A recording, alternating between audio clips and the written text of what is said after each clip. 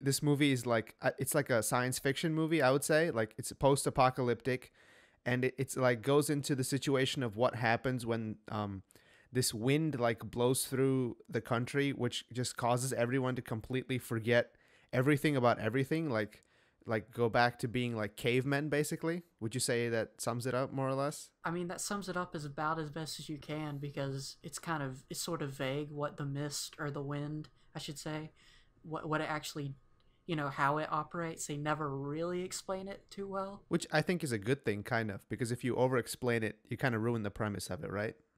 Yeah, I would say so. Well, like, okay, I won't get into that right now, but yeah. Okay, so given that premise, so we follow this like one character guy, as he like gets hit by the wind and then like slowly like learns how to be a normal person again, and then he meets this woman and they go across the United States of America together, even though it's a Japanese movie. Oh yeah, that confused me because like, all right, so it starts off with him in the present, and then like he explains to the woman that he meets his backstory, and then like you see the American flag, and I'm like, wait a minute, what?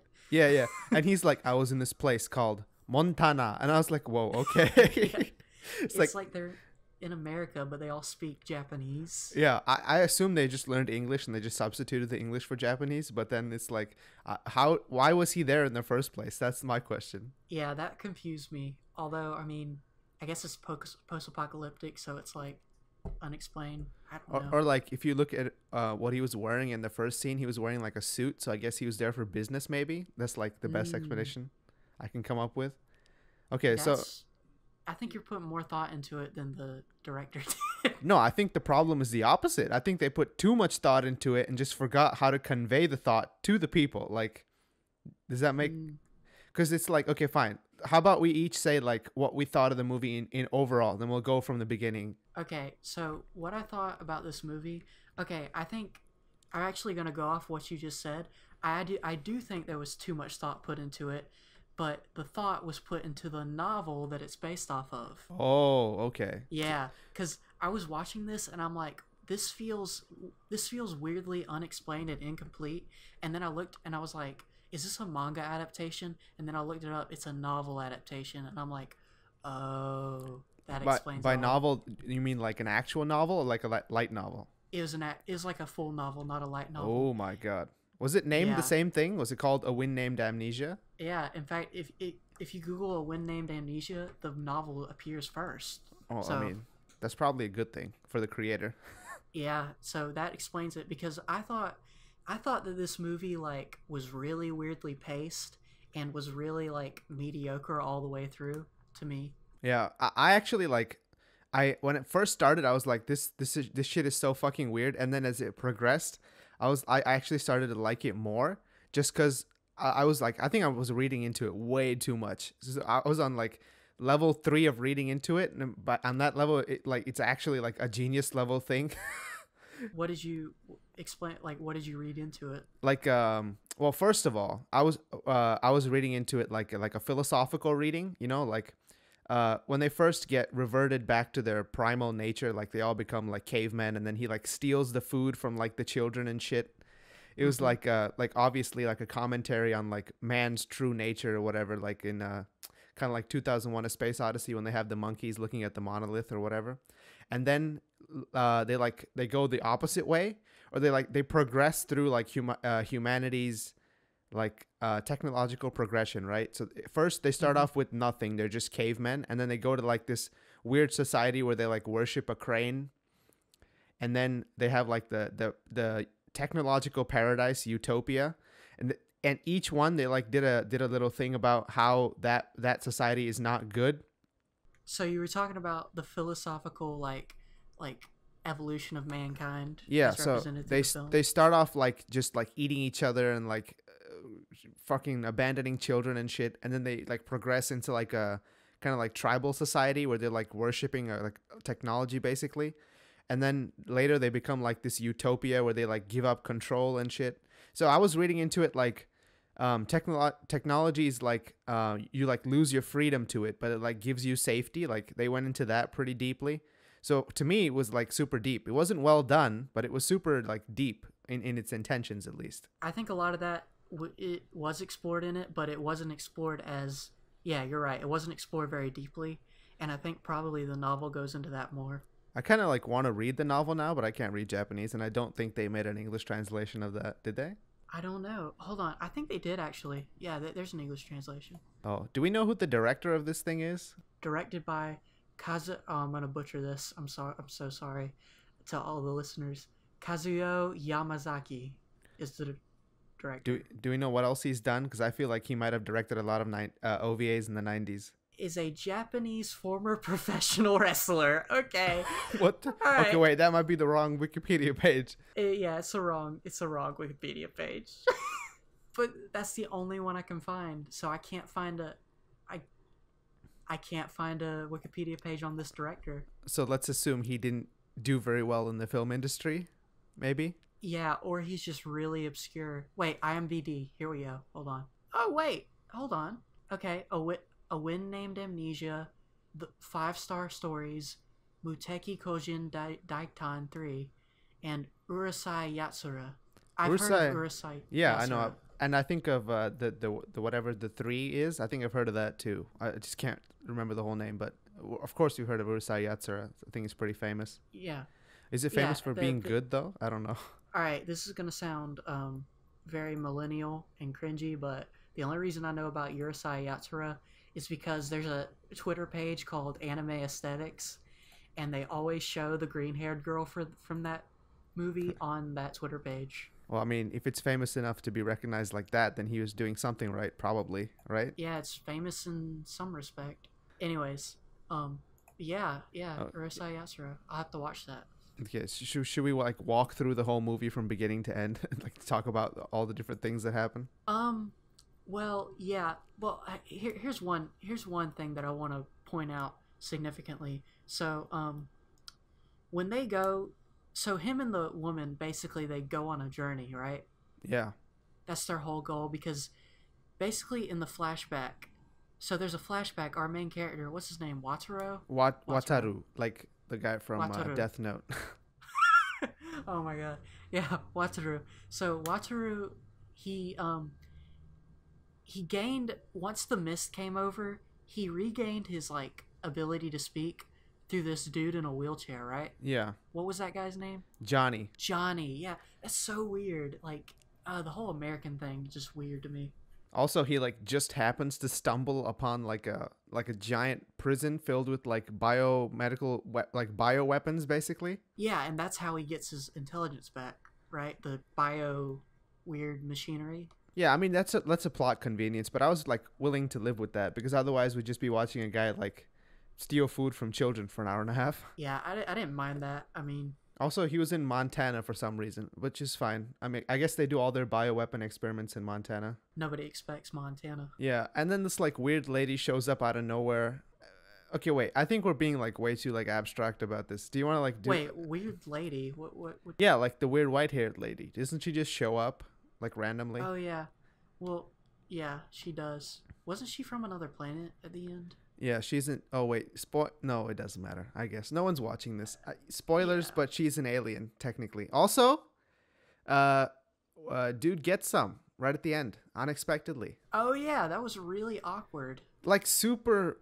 Well, she was kind of like being all coy the whole movie, but then I didn't expect her to just like, hey, let's fuck right at the end. Honestly, I expected them to get together, but yeah, I didn't expect that out of nowhere. So like, on the surface, this movie is like kind of shitty. Like the animation isn't that great, except for the mech scenes. A lot of the rest of it is kind of fucked up. Yeah, the animation isn't that amazing at all. And there's like no background score at all. Oh, dude, the soundtrack is awful. I hated the cowbells. Did you notice that? A lot of the songs No. use cowbells. Like, I just ding, really are you sure Yeah. that oh my, I didn't even hear that. I was just like maybe I just tuned it out or something. I don't know. It's well, I always notice soundtracks because I'm a big like soundtrack guy, I guess, and the soundtrack was really bad in this movie. I just noticed like a lot of the scenes where they're like just talking, it's like super silent in the background. Yeah, I like the silence better. I think more movies should use. It sounds weird because I just said I like soundtracks, but I think silence is a really powerful tool in film. Yeah, but I think you need like a sound effect or something, like a wind sound or something. But That's true. it was just like weirdly silent. Also, like to me, this movie is like kind of like a take on Gulliver's Travels. That's what I how I would describe it. I've never. I don't know what Gulliver's Travels is. You haven't seen like the Jack Black version of this?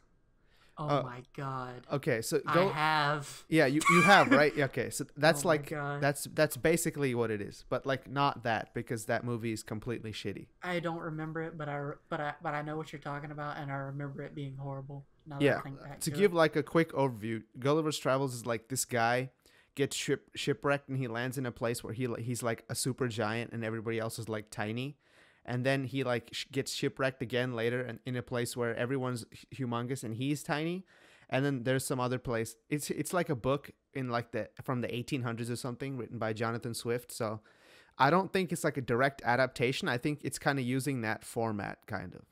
As inspiration. I think yeah, like originally that book was written to like criticize the English government at the time. So I think this is like a Hmm. similar type thing that he's doing. Huh. That's interesting. I may be like attributing way too much to this author, but to me it was like the road trip across the United States was kind of like obviously it's like a plot device. Really, he just wanted to talk about like the four societies or whatever they stop in. So it was kind of like a mix of Gulliver's Travels and like Kino's Journey, where he like goes through all these countries and they're all weird and stuff. To me, at least. Huh. Well, I can't really say that much about that because I've never read the Gulliver's Travels or Kino's Journey. But yeah. Kino's Journey, they did a remake of the anime last season. I think he's like on a motorcycle and the motorcycle talks to him. For people who haven't seen the old version, but like so the way I saw it was like, you can either see it like two ways. This may be like way too much analysis for this, but I saw it as one of two ways. Like either he's criticizing like the narrative that we have of human development being like the most important thing. So like he shows the primitive society and like what's wrong with that, and then he shows like the kind of like tribal society and then what's wrong with that, and then like instead of like jumping to an in between like normal society where we are now, he like goes all the way to the other extreme and shows like the completely technological utopia, Mm-hmm. which is like what I think he was doing with that is like critiquing Japan, because like our view of Japan is that as like this technological paradise where they just use all, like they're like 5 years ahead of everyone else and they're like moving towards this perfect technology based society. That's interesting because like okay, so something interesting that like is explored like that I think is explored in this movie. Well, I don't know if it's explored in this movie, but it's related. It's basically like okay, so with new technology, there's an argument to be made. All right, hold on. How do I phrase this? So I read this article one time called "Is Google Making Us Stupid?" Do you know what this is? No. Basically, the whole argument of the article is I'm gonna grossly oversimplify it here, but with new technology becomes less like requirement to do things on our part. So like with the invent of writing, like before writing, like rabbis had to memorize the entire Torah because there was no way to write it. So you had to memorize it. So you could argue in some like minor aspects, technology actually like lowers our cognitive like ability in some aspects, and I think that's sort of explored with the utopia in this movie because like they were sort of just like free will was sort of abandoned and they could only operate under technology in the city, you know what I mean? Yeah, I totally agree with that free will thing, because like those people don't have any choice in what to do with their lives. Like they just have like other people's memories implanted into them and they like act out the roles that they're supposed to, you know? Because like the machine determines that that's the only way for a society to function in a society where all your memories are wiped out, so let's just implant new memories in you. Yeah, and also like when they talk about like the computer went crazy when the wind blew through and then like just randomly killed people. Like when he shows her the graveyard at the end, Mm-hmm. like it got me thinking like, oh, so it's like making a comparison between this like technological utopia and like the primitive state where both had like tons of people getting killed. It's just by different ways. So I was talking about like in the technological utopia, the computer kills a bunch of people, and in the primitive state also a bunch of people get killed. So he's like drawing comparisons between the two, and he's saying like one is not necessarily better than the other just because you have more technology. Yeah. And like when they leave the place, like that the girl gets in the car and then she like jumps out at the last second, like runs back to the city. I think that was like, well, this is me reading into it. I don't know if he intended it to be this deep, but to me that was like, even though we like criticize the society that we live in, like deep inside we don't really want to change things. We just kind of want things to be the way that they are just because we're so comfortable and used to them. Yeah, I agree with that. So and like the weird bet that she made, like, oh, you can't even get one person to come with us on this journey, was like super weird. Yeah. And at the end, like they reveal that it's the robot that came, I think what you're like, everything you're saying, like aspects of it were explored in the movie, but like none of it was really explored very deeply or very well. I think the movie that you're describing is a much better movie. Like, oh yeah, this movie is like, it's like watching a like, like some fan fiction, when you read it you're like, oh, this is complete shit, but then like deep inside there's like a nugget of gold in it. yeah, like Sonic Chew. Yeah, sure. Yeah, I'll just pretend that I know what it is that means. I know what it is, but I've never like read it or anything. Or Tails gets trolled. Oh god. So anyways, this movie is basically like a gold shit nugget. Exactly. Yeah. Which is, I think it's because they tried to abridge an entire novel into one OVA. Also, like, what was the budget for this OVA? Because it seems like weirdly low. I don't know. Because like generally with an OVA you expect like better quality everything. There are some walk animations where you're like, holy shit, that looks really bad. Yeah, and like there's the part at the end where him and the girl are in the car and like they're fighting that I guess mobile suit mech thing, and like there's a part where like he like gets exploded out of a car, but it looks so bad, it looks like he's flying, and then he like hangs onto like a rafter. Do you know what I'm talking about?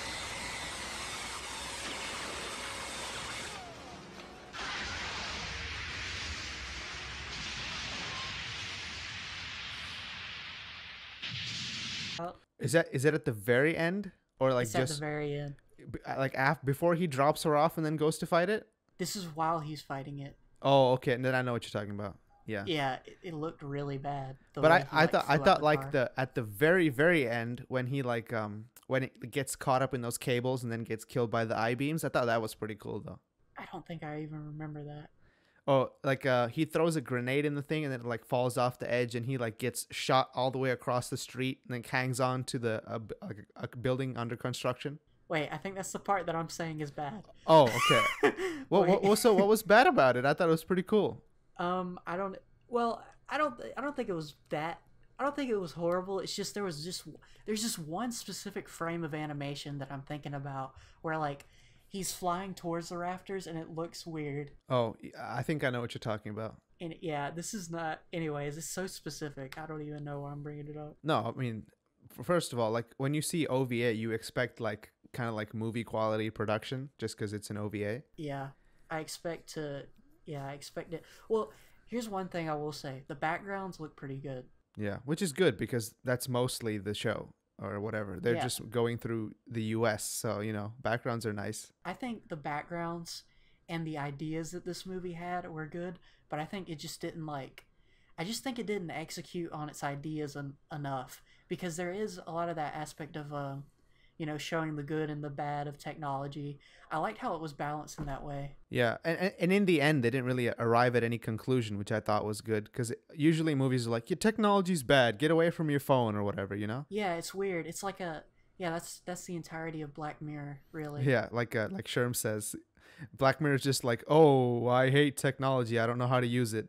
Yeah, Black Mirror is baby boomer armchair psychology. Yeah, which is funny because the guy who made it is like a pretty young person, Charlie Brooker isn't that old, I don't think. Well, like he's inspired by, he's making it inspired by popular culture, and that's pretty much what all popular culture is that relates to technology. Like, I feel like it's all like, to add drama in the plot, they always have to go, what if technology is bad, man?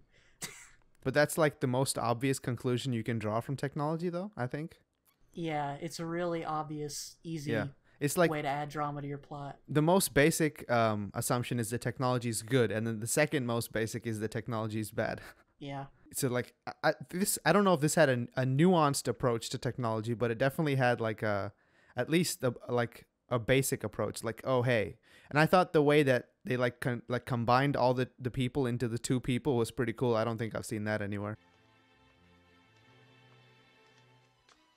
I'm so pleased you're feeling well enough to have joined. Combined all the people into two people. Oh, What like do you- in the like the Eternal City or whatever. They're like all the roles of the city are acted out by these two people. You know, like I don't think I've seen that before. I must have not even. Wait, was that at the end? No, dude, at the like in the shining white city. You know, like there's only two people left, so they act out. Oh, okay, yeah. Yeah. I see what you mean. I thought you were talking about, like, I thought you were talking about some metaphor for how the guy Wataru and the girl are like.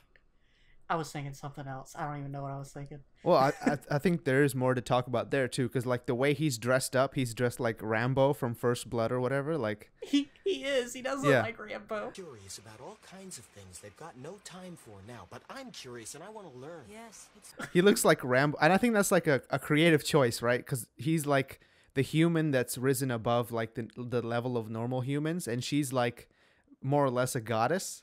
So when they fuck at the end, that's like. Yeah.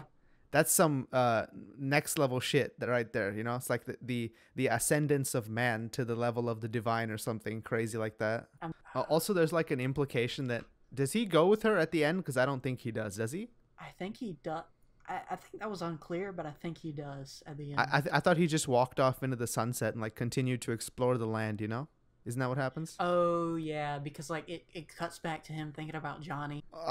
Also like when she was first introduced and she like calmed that giant guy, I thought she was gonna be like revealed to be one of the bioweapons from Johnny's lab or whatever. But then it like went super weird, and she's like, oh, she's like an alien. Yeah, I don't think I expected her to be an alien. Well, I mean, that's like it's like in all the movies where something weird happens, and then the explanation at the end is always, oh, they're aliens. Yeah. Do you know? Okay, here's one of the. All right, this is completely cutting away. But here is one of the main, like, weirdest parts of the movie that I didn't get and that I didn't care about. The dude, the big lumberjack looking police dude, and his daughter. Yeah, Little John and Sue. You look great! No offense. Understand me? No, of course you don't. Well, I'm gonna find us something to eat. Yeah, I didn't. Okay, here's the thing. Those characters were introduced, and like, the way that the girl dies is like, it's so anticlimactic because they're all like running, and then like the music stops, and then like, oh, this is supposed to be the dramatic part where the music stops, but there was not enough drama building up to that to make it powerful.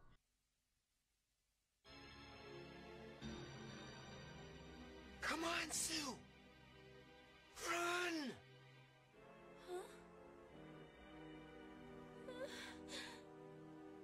Do you know what I'm talking about? I think I know what you're talking about, but I think that was kind of the point actually. Like it was like I think first of all, we haven't talked at all about that, like the crane worshipping society. So just like a minute of background, like the part that we're talking about is where they're in this like pit, and they like all worship like this construction crane from the future that shoots lasers and shit.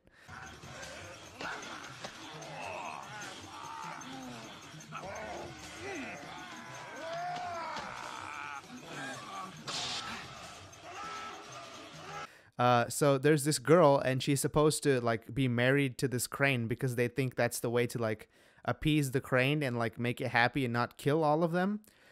So she like runs away, and then Wataru and the white-haired lady like go with her on an adventure for a day, and at the end of the day it's revealed like she ran back to the society because she doesn't want other girls to take her place, and then weird stuff happens and she dies at the end. So like I think it was supposed to be kind of anticlimactic. This is again me reading way too far into this movie. I think it was supposed to be kind of anticlimactic because it's like showing the meaninglessness of human life, but that might be just me. Bro, it was just, dude, this is like, you're like, this is not it. No, it was just bad. Yeah, I was looking at it, I was like, okay, she just died. all of them die by lasers though. Like I don't think anybody gets crushed. I think they all just get shot by lasers. And to me, okay, this is again a large leap of faith, but I was like, okay, so this laser is like a divine judgment type thing. And then the guy in the crane, that first of all, that whole section was like a commentary on religion to me. Or I think it's like, yeah, I agree with that. yeah. So it was like a religious commentary. My problem with this whole movie really is it doesn't make me care about the characters enough, because I mean, I get what you're saying about the, you know, maybe it was supposed to be anticlimactic when the girl died, but like I don't know, it didn't work for me, because I felt like I wanted more time to spend with her, like to get to know her, for the death to be impactful. I think that's one of the limitations of making this an OVA though, don't you think? Yeah, I agree. Well, and my response to that would be, well, okay, because I haven't seen Nausicaa of the Valley of the Wind. I know that's like a cardinal anime sin, but I've never seen that movie. But from what I understand, that movie took like a huge like fantasy epic and just focused on like one aspect of it. And they were like, okay, let's not try to go too deep and let's just make an entertaining movie. I think what they should have done with this movie is just just make it a good movie and change a lot of the novel. Like, change the source material and just make a good movie, instead of just presenting little bits of it and making it abridged, you know? Yeah, it kind of felt like they crammed in. To me, the last like 35 minutes felt like the last episode of Charlotte, where they crammed in a whole plot into like 20 minutes. Yeah, it felt like way too much was crammed in. Because when it cut to the city, it was like, wait a minute, this is a whole other like thing. You know what I mean?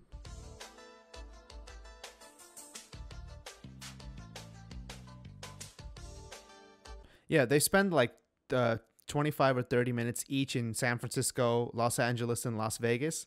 And then they do like a whole montage of the robot chasing them all the way across the rest of the United States. Yeah, they do. And he wakes up in that hospital and it's like, oh, we're in the city now. Noise on the edge of town, so I drove out to find what had caused it.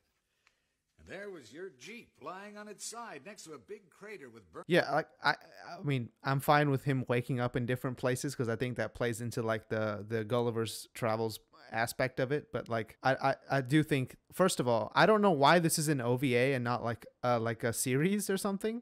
It should have been an anime series. But I guess they thought there wouldn't be enough market. But like, it's in the 80s. There's a lot of weird shit happening. They could have.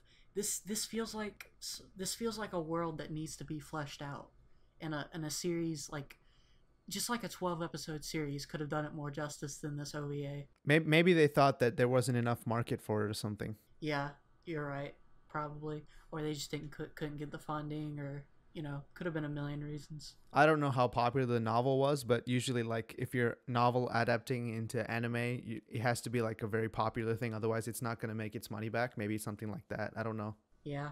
And like this OVA, it clearly felt like they were trying, at least they like tried to stick to the source material a little bit. But like you said, I think they got like chained back by like sticking too close to it and not having enough time to like go over everything. Yeah. Of course, I'm completely guessing on that one because I've never read the novel, but that's just what it feels like to me. Like the only piece of media that like actually crammed an entire series into one thing in a okay way was Watchmen, the Watchmen movie. And the only reason it could do that is because the movie is like 2.5 hours long. The movie's really long, and also, like you said with Nausicaa, or your assumption of what Nausicaa does, I feel like they just focused on the one thing where like it's just this one plot which they're trying to figure out, rather than go into all the like details of the backstory and stuff. Yeah, that's the best way to make like an adaptation. This movie has a lot of cool ideas, like really cool ideas, and like there's some aesthetics that are really cool. It's just they didn't like.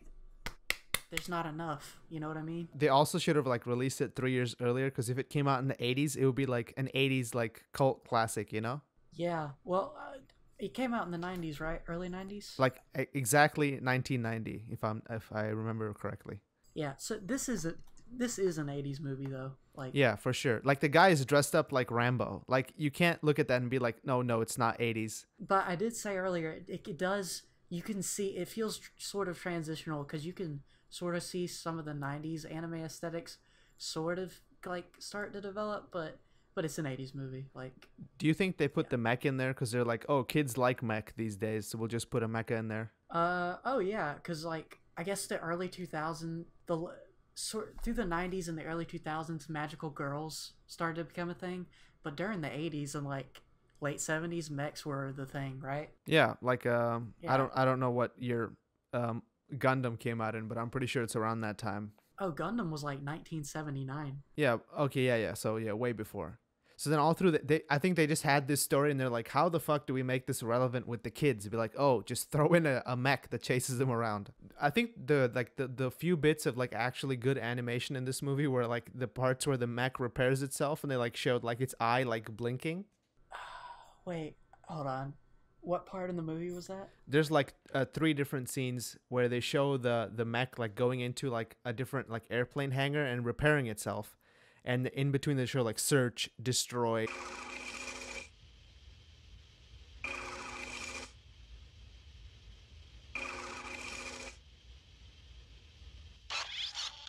And then they show like it has it has like a giant eye, like red eye with like aperture blades that like close and open. That was like the only cool part of the animation. Yeah. I mean, I think the reason for that is because they made the mechs look, they made the mech scenes look really good because, again, mechs were like the cultural zeitgeist of anime at that time. Okay, so going back to the topic at hand, just to wrap things up, Wind Named Amnesia, worth the watch or not? Wind Named Amnesia, not worth the watch. I would say Hot take. a hot take, definitely. I don't think it has a 4.7 rating on Crunchyroll, which is where I watched it, by the way. Me too. Yes, it's available on Crunchyroll. We should have said that at the beginning. We should have said that at the beginning. Which is surprising because this doesn't seem like something that will be on Crunchyroll, but it is. So watch it on Crunchyroll. Also, Crunchyroll, I think, just paid the studio that owns us like $5 to be like, hey, can we stream this? The studio like, pay us money and we'll put it on here. It's like, do you want people to see this? Okay, give us money. We'll pay you an exposure. Yeah, we'll pay you an exposure. Exactly. I don't think that many people have seen it because there's only like 14 stars or whatever on the Crunchyroll page. You know what? If you're interested in 80s anime, it's worth a watch, I think. Even though it was released in the 90s, it's basically an 80s thing. Yeah, it's an 80s anime. Okay, so I would say if you're like super and like if you just like to think way too deep into things to the level where there's not even that much, you're hitting the bottom of the kiddie pool with your feet and like making a dent in the concrete type person, then you should watch this. But if you're a normie, you shouldn't. Yeah, don't. Actually, I don't know. I don't know though, because some people just love sci-fi. So if you just really love sci-fi, then you might like this. Well, yeah, I mean, if you're like a sci-fi completionist and you want to know like where sci-fi and anime came from, but not that's too general. If you want to know where sci-fi and anime come from, just watch Mobile Suit Gundam compilation films. Yeah, there you go. They're really good. Watch that, not this. You know what? Yeah, scrap this whole thing. Don't watch A Wind Named Amnesia. Just watch Mobile Suit Gundam because it's good. Okay, thanks for watching. Like, subscribe, all that stuff. Don't watch this movie. Yeah. Subscribe to Gigabytes and subscribe to Kaito. And stay tuned for the next episode, which is never coming. Bye.